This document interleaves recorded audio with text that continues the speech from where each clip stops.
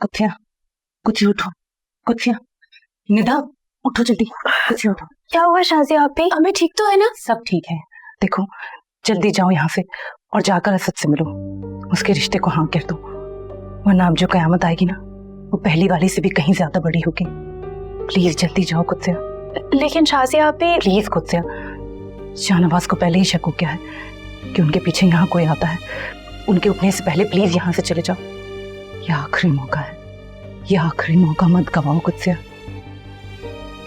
कुछ फैसले फैमिली के लिए भी लिए जाते हैं।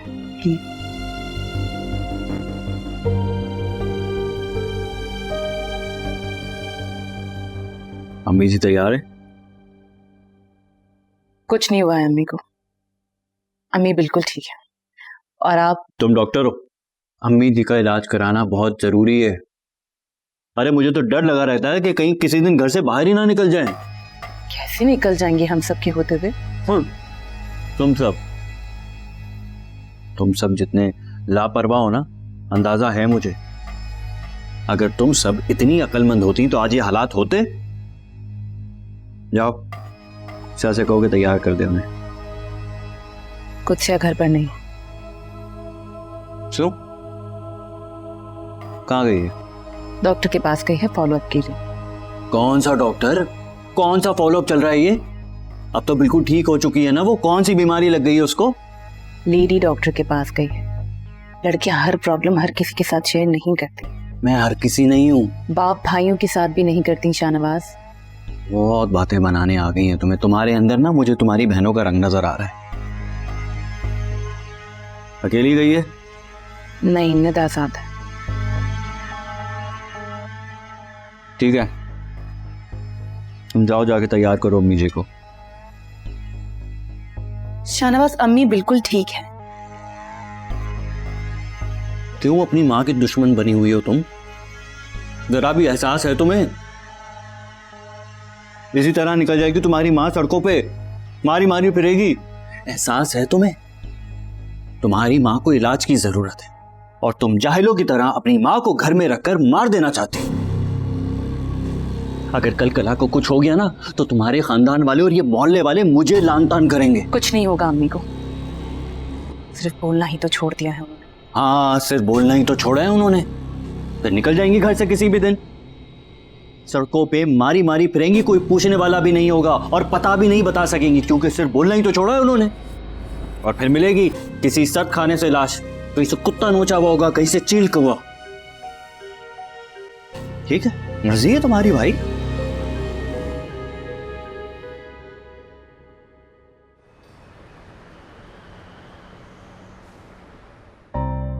मेरी बेटी है मीजू, मुनीजा नाम है इसका।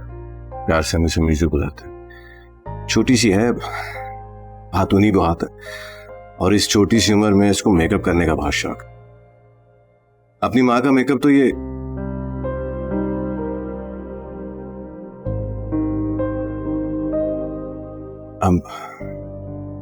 ये फैजी है, मेरा बेटा। फैज नाम है इसका, प्यार से फैजी बुलाते हैं। और ये कल की तस्वीर है, दोनों मिलकर किचन में कुछ बनाने की कोशिश कर रहे थे। और ये हमारा लॉन है, यहाँ पे ये दोनों एक दूसरे पे पानी फेंक रहे थे। और ये पिछले साल की तस्वीर है, मैंने डिज्नीलैंड लेके गया था।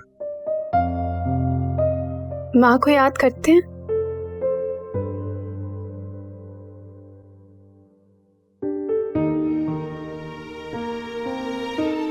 अब तक भूले नहीं है उसको। कभी कभी तो उन्हें समझाना बहुत मुश्किल लगा था। और आप? मैं कोशिश करता हूं। आप उन्हें भुला पाएंगे? पता नहीं। कैसी थी वो? ये बताना बहुत मुश्किल है कि वो कैसी थी।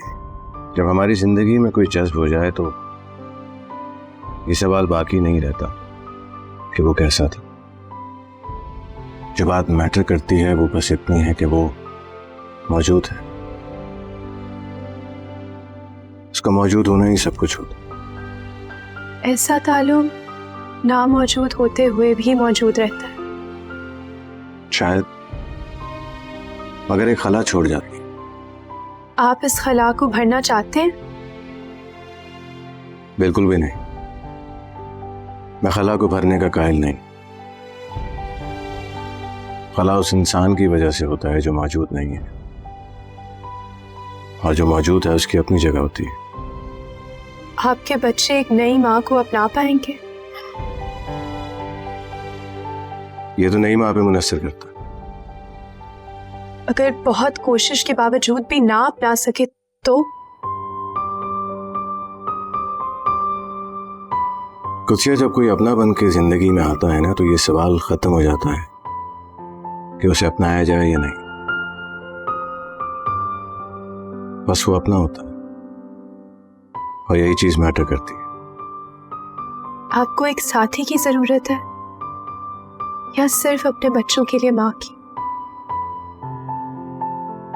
सच कहूं तो जब पहली बार आपकी तरफ बढ़ा था, तब मुझे अपने बच्चों के लिए माँ की जरूरत थी।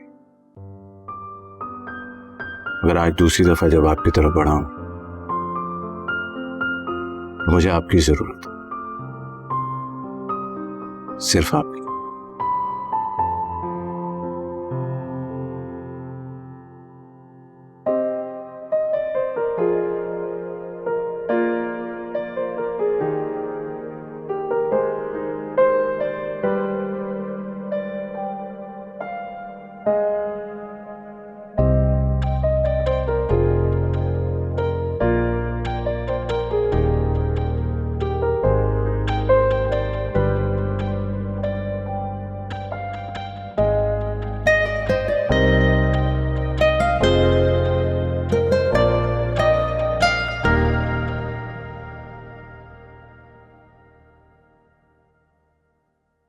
क्या ये बिल्कुल रिस्पॉन्स नहीं करती?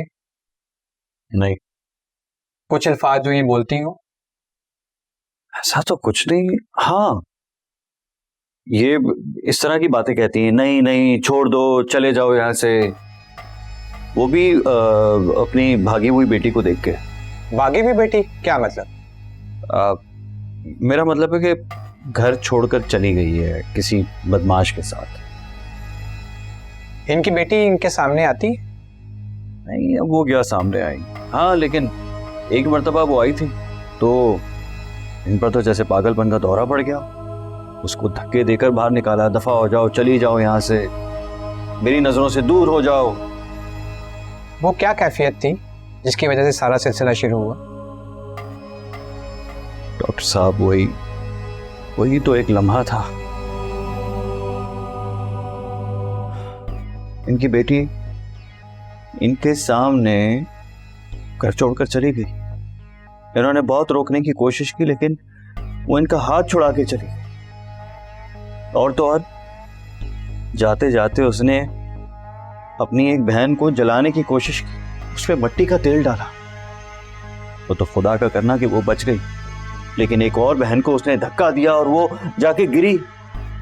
उसे बड़ी जोर की चोट आई और कितने दिन तक तो वो कोमा में रही है। बस उसी वक्त से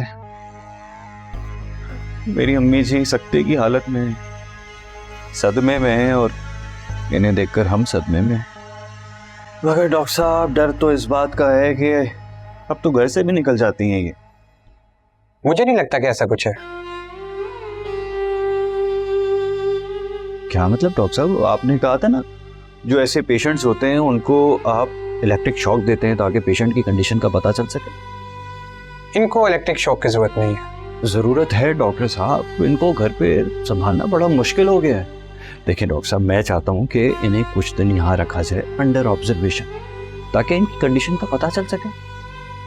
अंडर ऑब्जर्वेशन का ये मतलब है कि इनको मैं बाकी ज़हनी मरीजों के साथ रख लूं? हम इनको ना अकोमोडेट नहीं कर सकते, हमारे पास अभी स्पेस भी नहीं है। ज़हनी मरीजों को कोई भरोसा भी नहीं होता, कोई दूसरा ज़हनी मरीज इनको कोई नुकसान ना पहुंचा दे।